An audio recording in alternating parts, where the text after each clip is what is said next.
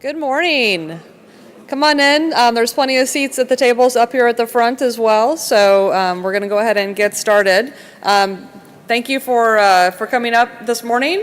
We have another full day of sessions today.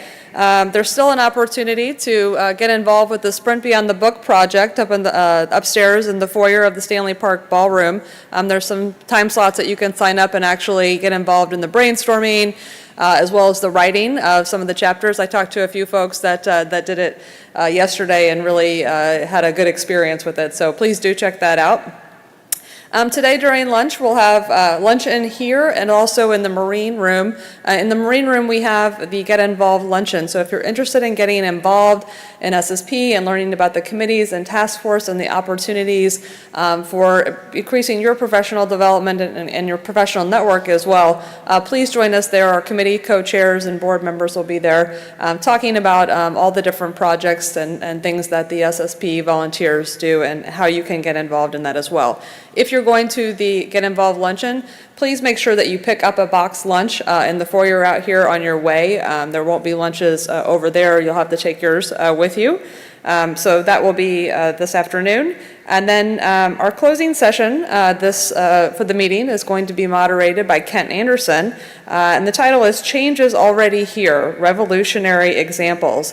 And this is designed to be a frank conversation with an academic, a university press publisher, a publishing educator, and a librarian. So this is going to be a great session to explore a lot of different perspectives on the change that's already happening within our industry, changes that need to happen, and things that maybe we need to let go. So it's going to be an exciting session. And for those of you that aren't rushing out to catch a flight this afternoon, we have a really fun activity planned to get you out and beyond the windows that we've all been looking out at the beautiful scenic Vancouver. We have a scavenger hunt in Stanley Park, and if you're interested in signing up for that, putting together a team, it's very informal, very fun. There should be no business discussion. It's just a way to get out and enjoy the city. So sign up at the registration desk. There'll be a table out in the foyer as well to do that starting around 4:45 today. So that's all of our housekeeping items for this morning. Those of you that are still coming in the back, there's plenty of table space up here in the front if you want to make your way up here as well. I'm going to turn the program over to Beth Barilla to introduce our keynote speaker this morning. Thanks, Melanie, and good morning, everyone. Thank you for joining us for this morning's keynote.